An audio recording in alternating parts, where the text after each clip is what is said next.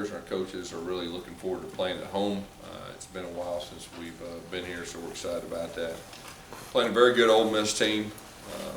You can tell they're playing very good football with the game they played last Saturday. I thought they played good in all three phases and beat a very good Texas A&M team soundly. Defensively, they're very disruptive.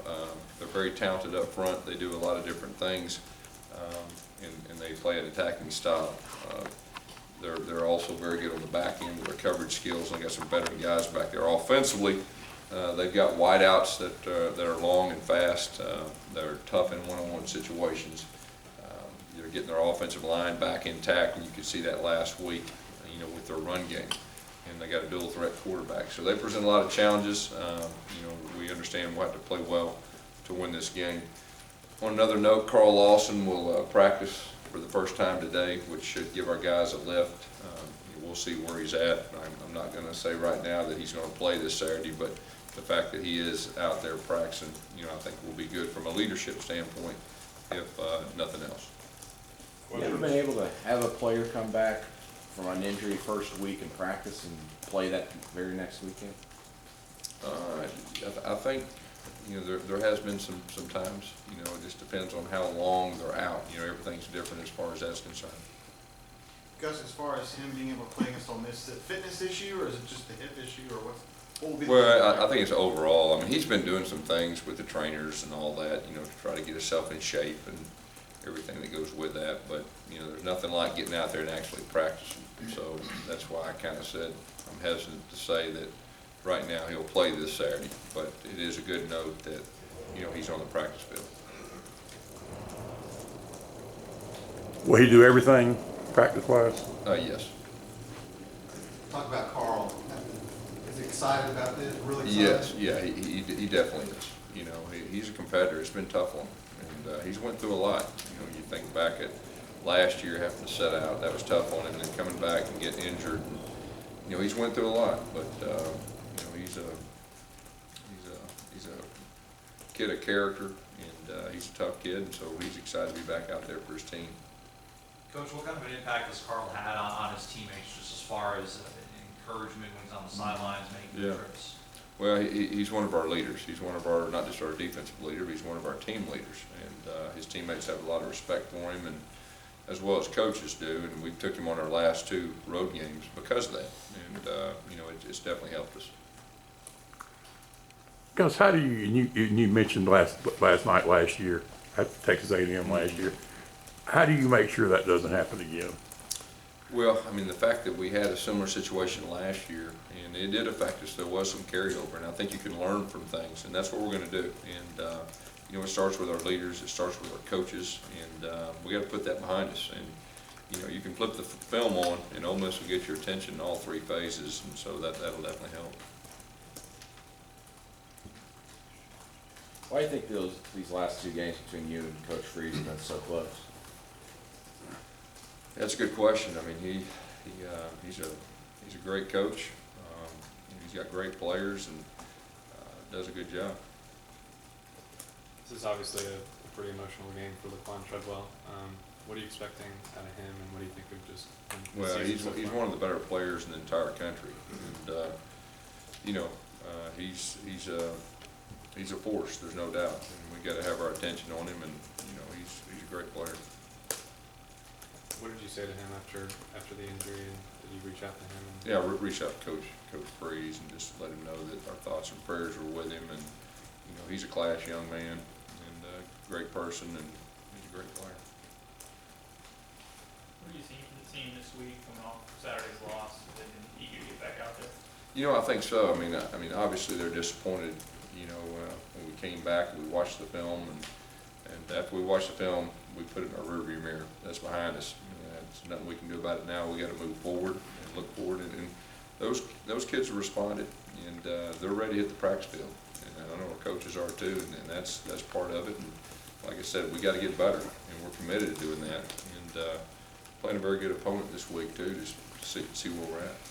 Gus, how do you help, or do you try to help players tune out the noise around them when things go like they're going now? Yeah. Well, it's all about you know, the relationships with the players and the coaches and how close a group is and how committed they are to getting better. And this group is a very close group, and they're going to continue to fight. They're going to continue to get better.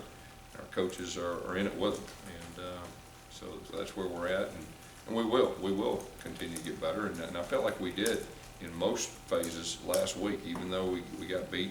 You know, at the very end, there was some real positives that we can take from that game that we can use the rest of the season. Coach, you referenced putting the Arkansas game in the rearview mirror. As a coaching staff, what steps do you guys take to help the players do that? Well, you communicate, and it's about relationships. It's about being honest with them, and just making sure they know that we're in it with them. How was Sean kind of evolved? He's done a touchdown pass, so how has he improved the last few games? Well, I mean, I think you can see it just the way he's managing the game, and you know, it's been what, 3 games since we've had a turnover. So I mean, he's protecting the football. He's doing a good job with running our offense. You can see that, you know, he understands the progressions in the passing game, and he's just getting more and more comfortable, you know, every time out. What was his demeanor when you have some guys dropping balls? You know, he's a tough kid. Matter of fact, he was an encourager. That's what he was. And hey, I'm going to get it back to you, and that's part of playing quarterback too. You know, the things that you know, how you deal with your teammates and all that. And, you know, I think he's got that pretty good handle on that too. Gus, You mentioned team leaders and things of that nature. When it seems to kind of swing in balance, the week of preparation leading up to that next game, how do you know if your leaders are doing what they're supposed to do, or what do you want to see from them as the week progresses? Well, you know right off the bat the way they approach their meetings and their attitude and everything that goes with that, and then you get out on the practice field. And that's part of being a leader, you know, whether things are good or not good or whatever, part of a leader is being consistent. And we got some good leaders on this team, and there's no doubt in my mind that our guys will go out there and we'll have a good practice today. Gus, you've mentioned before that some guys are kind of hard on themselves, and that's the competitor in them. And Ricardo seemed to be one of those guys after the game that seemed to be that way, that he was really being hard on himself with the drops and everything. How do you kind of, you know, talk to him about how he will react? Yeah, I mean, you know, he's extremely tough on himself. You know, he was down, but hey, that's over with. Now we got to move on. He's going to get plenty of chances the rest of the year, and you know, he's one of our impact players, and he's going to make a lot of plays for us the rest of the year. Is Sean not having a touchdown at this point, is that concerning at all? I mean, the running backs pushed off those drives and have been successful drives, but is the no touchdowns a concern at all? No, not really. We had some opportunities, but you know, the bottom line for me is the last 2 games, you know, we've scored points, we've gotten some rhythm, we've moved the football, starting to improve, and I think you can, you know, definitely see that. And so those will come, and you know, he's in pretty good control of the offense right now. You've mentioned that last year the Texas A&M game was one that really kind of turned everything. And last night you mentioned it again. What's different about this Arkansas loss and the energy you guys had exerted in that type of game to come back? Well, the reason I said that is, you know, you can draw from experiences in the past, and that was really the closest thing, you know, to feeling kind of the same way as far as that. And so we got to do a better job of recovering from that game. That's the reason I said that. And our coaches are aware of that. Our players were very upfront with them, and you know, that's going to be the key to this week. And you know, I feel good about where we're at from a player standpoint and a coach's standpoint as far as that's concerned. What do you have to do differently as a head coach? What would you do differently? What would I do differently? Well, it's going to be this week. You know, the way that I approach it, I got to do a better job with our coaches and our players than we did last week. I mean, last year, because you can see we didn't play our best. What does this game mean to Austin Golson? Looked at the game video on how did Cameron Petway play, Jason Smith? Jason Smith made a couple plays, big plays, and so that was encouraging too. And Petway, you know, he caught his first ball, and you know, he ran over 2 people and got the first down. And he's a guy that, you know, his role in that area could expand more. And you know, he's still a freshman and he's learning, but he did a good job. What does this game mean to Austin Golson going up against his former Yeah, teammates? it probably means a lot.